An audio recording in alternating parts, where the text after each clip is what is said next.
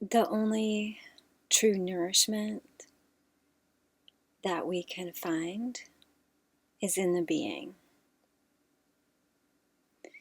in that which is unchanging, ever present, still, silent, eternal, that part of ourself that has been here since the beginning and will continue on when we leave this body. By remembering our true nature, we remember the true nourishment. I want to talk about this in the context of Gate 27 in the Gene Keys and Human Design System through the lens of my own journey with it, and over the years seeing this truth. You know, the I Ching, in the I Ching, this gate is called nourishment. And it's described in the Gene Keys as the act of giving and receiving, and how that nourishes us in our hearts. And this is true. However, when we are giving from a place where we're not full and truly nourished, then we're giving from a sense of guilt, and we're giving with an agenda. So Jupiter is conjuncting, so the North Node has been passing over this gate, and Jupiter is about to conjunct the North Node exactly on this point, Gate 3, in a couple days. And it's going to be on this gate, Jupiter and the North Node will be in this gate until June 22nd. So I put the dates, the exact dates below of when, if you were born in these dates, then you have Chiron in Gate 27, like I do. What this has been for me, now you also have, and this is what I want to talk about, because you also have Pluto in Libra. And these two are definitely linked together.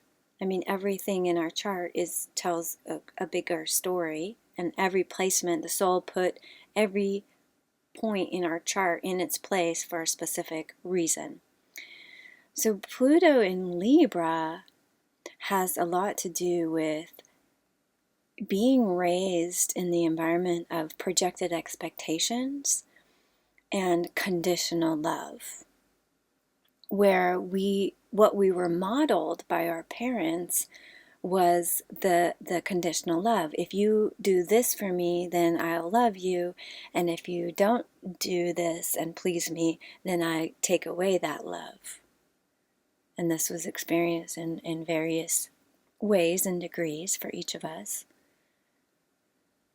But a lot of us in this generation learned to become people pleasers. We learned to,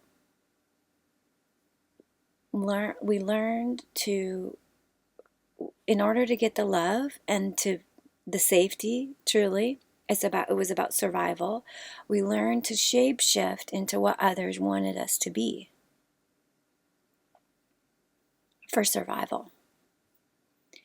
And then the Chiron in Taurus points to this really deep wound around, because Taurus is about really like slowing down and nourishing the body and being connected with nature and being in our own rhythms and and being in our own pacing with and using our attention and energy for what we value. And so this combination together, like a lot of us with the Pluto and Libra generation, we came in with this assignment. Okay, there's no victims here. We came in with the assignment to experience Pluto and Libra, which is like being cut off from our wants and needs and desires because we so needed to survive and get our caretakers love and nourishment. And this is just, really, it's my experience. Like, I got completely cut off from even knowing what I liked and what brought me joy and what my nourishment was. So it's been a lifelong journey to come back to that. And the healing of that Chiron wound. So that Chiron wound was this feeling of like being cut off from being able to go at my own pace, like feeling like I'm in this fast-paced world that I can't keep up with, and I got really sick, like, because life needed to slow me down so I could come back to myself and find out what nourishes me deeply. And so mine's in the 9th house. Yours is going to be in different houses. My Libra, Pluto in Libra is 3rd house. So being programmed to believe, because 3rd house is about our thoughts and our ideas and our beliefs. So really it's about like projected expectations about how I needed to behave and interact and think about life and be in the world. So I got programmed to be a slave, basically, which is what the overarching programming that we came into was, to enslave us into the system. And so that's we get wrapped up in this fast-paced society, putting our attention and value on becoming successful and making the money and doing the cookie cutter thing, like getting the job, getting the husband, getting the house, having the kids, doing the retirement thing, like that whole thing. And Chiron and Taurus, it feels like it's really about, we have to slow down and through the deprogramming, the deconditioning process, we realize, like, I don't want to go that fast. I'm a sensitive being, and I need to honor that sensitivity and live my life in a way that honors that sensitivity and nourishes what's truly valuable to me, which turns out it's none of those things, those external things that I was programmed to put my value on. Money, looks, material things, experiences.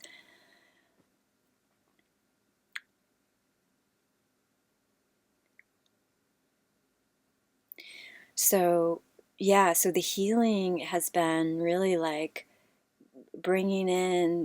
learning to bring in this love and compassion and support for this little one who went through the trauma of giving everything away, being cut off, what felt like cut off from myself or my true nature, and really like coming back through the sickness, coming back to like, oh, this is my pace. This is, being in nature, eating a meal and cooking it and preparing it, and just taking things much, much slower.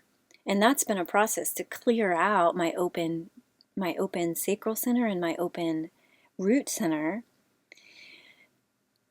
to slow down enough to my own original pace. Has been a big, long process, because I get swept up in the generator thing and start moving really quickly and try to keep up. But through the mold illness and the chronic fatigue, it's like, it's such a gift, because I haven't been able to keep up with the world.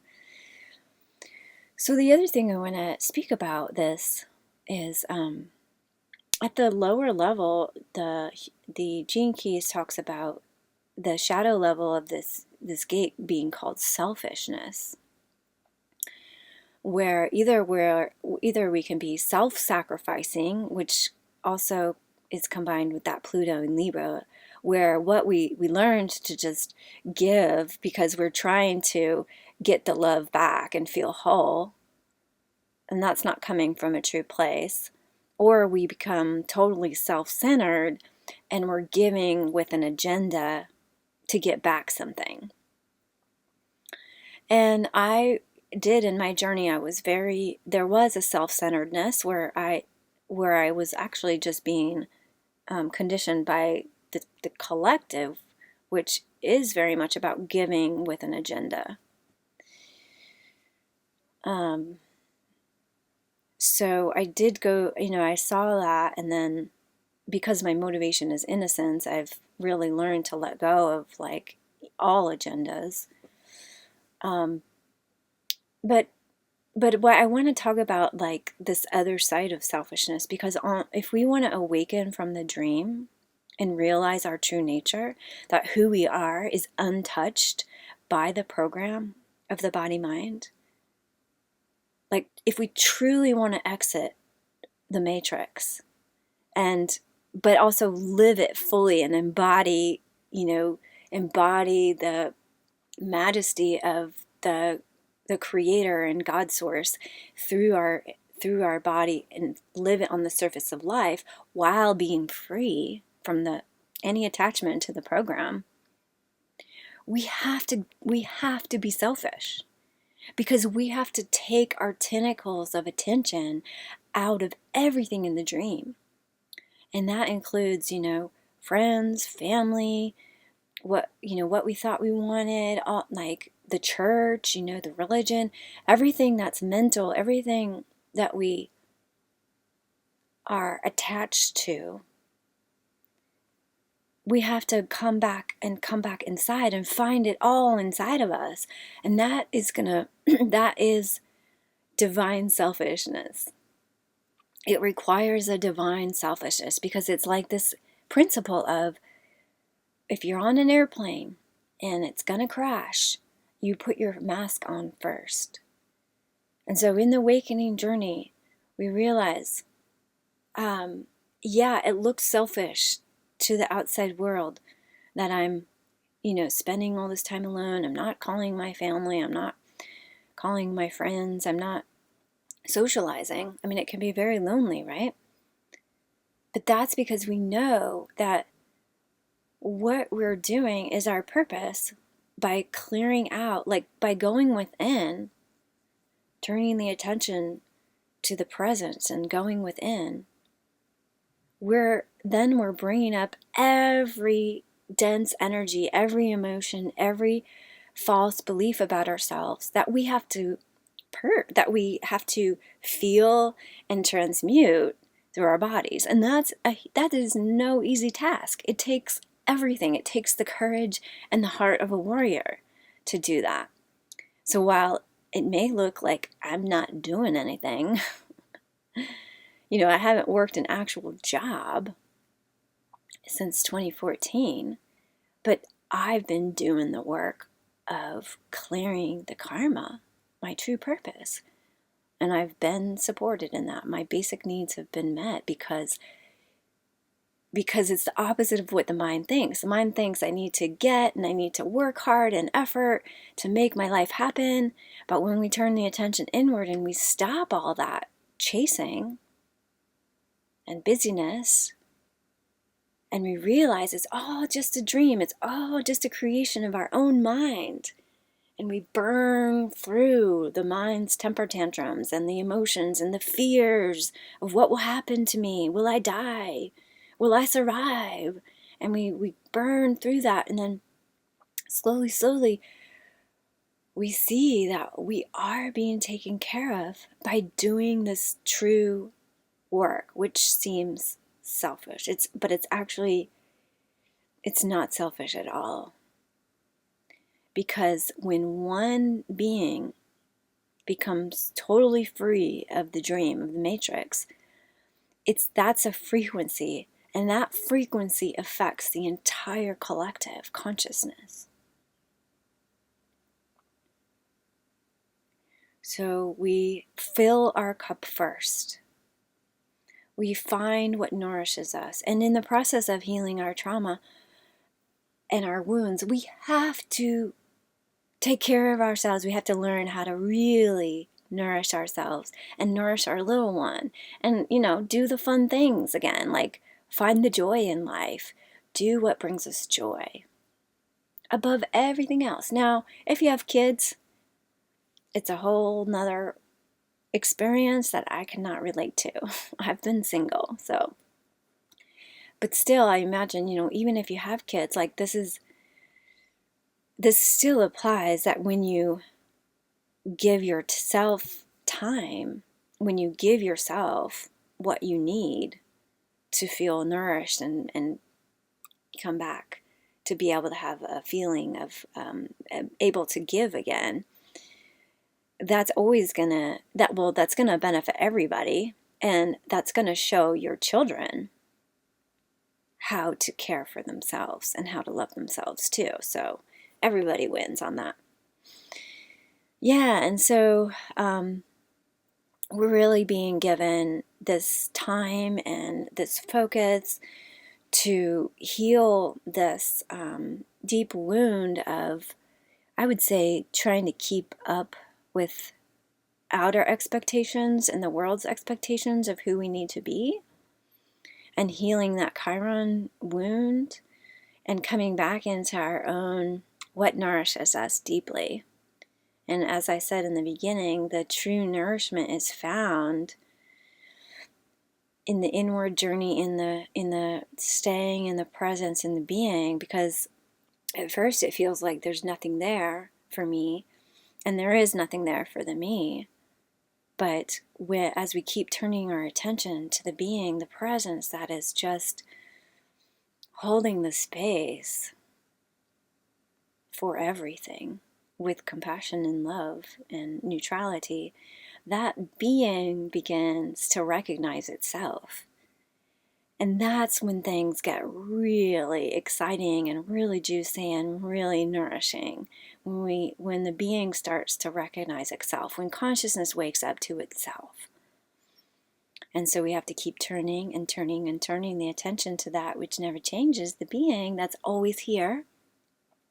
And at this point, where I'm at, after I just spent a whole week in silence, no technology, satsang with my teacher twice a day, pointing to truth.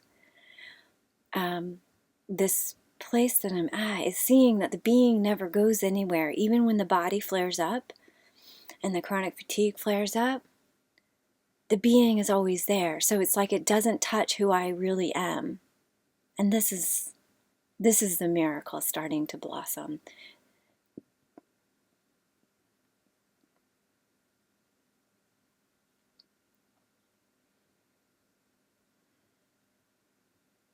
So yeah, the true nourishment it's not in anything external. And the external includes, the food, the entertainment, the job, the relationship, all of the worldly stuff. So my greatest desire is to be, only turn towards the being for nourishment. At this point, they're still turning towards food for, a temporary sense of satisfaction and nourishment. And Taurus is, can be about good food. And there's just a compassion and a love for the character, knowing that every addiction, every distraction is just coming from, the pain of separation and the trauma of the childhood. And it's all unfolding in its own timing. And it's just about holding the space of love and compassion for this one as the unraveling continues to happen. And as the true nourishment is revealed. I do this because it feels like, it's like the being nourishing itself, and you're just basking in this, like, everything we ever want, everything we've ever wanted is in the being. And the mind can't grasp that because it's like, what do you mean? There's nothing there. When I turn to the presence, it's just like emptiness. Well, no, it's a full emptiness, and it's got all the qualities of the deep peace, the joy, the love, the nourishment.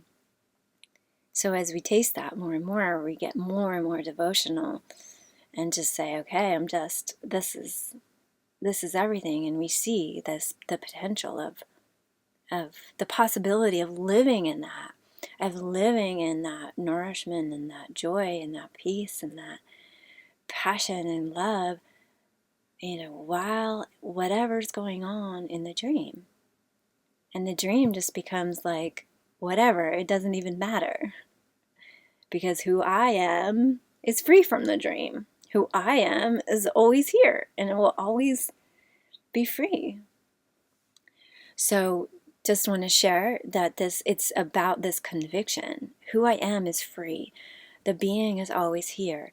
And even if we can't feel it during the flare-ups and during the purging process, we just say it. It's almost like it's like an affirmation or a confirmation, because we've tasted it.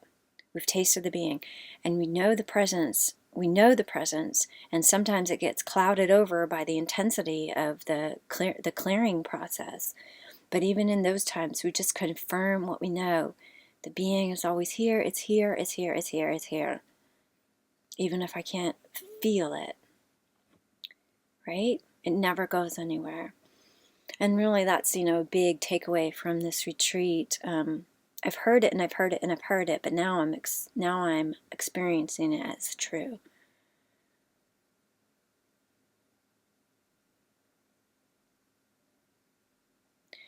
So yeah, Jupiter North Node are hitting this point for us. So I pray that a lot of us with this signature are getting these insights and these downloads about how we can help nourish others, right? Because a lot of this generation, we've been working on our wound for a long time.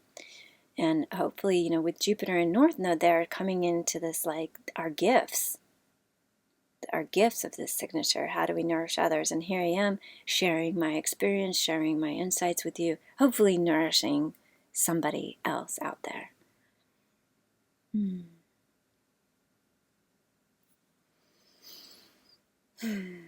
Lots of love to you on your journeyless journey home. I realize that the final seeing is that has never been a journey.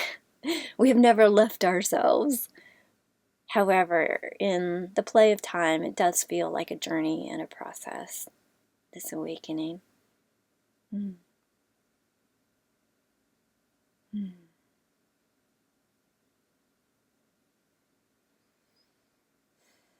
Lots of love. Namaste.